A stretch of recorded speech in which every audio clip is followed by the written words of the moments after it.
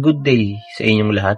Ako si Francis J. A. Balisi. Ang napili kong workers' right advocacy ay right to safe and helpful working conditions at isa akong miyembro ng League of Academic Professionals and Interdisciplinary Society or kung tawagin ay LAPIS.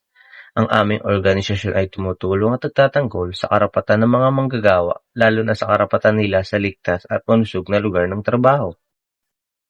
Ang right to safe and helpful working conditions ay karapatan ng bawat manggagawa na magtrabaho ng ligtas at hindi nalagay sa panganib ang kanilang kalusugan at buhay.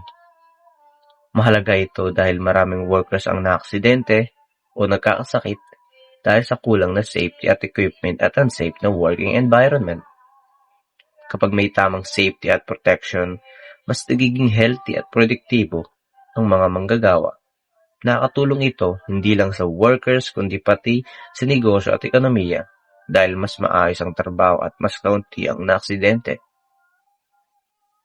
Kaya hinihikayat ko ang lahat na pahalagahan ng kaligtasan ng mga manggagawa, magbahagi ng kaalaman at suportahan ang mga programa na nagpoprotekta sa workers' right.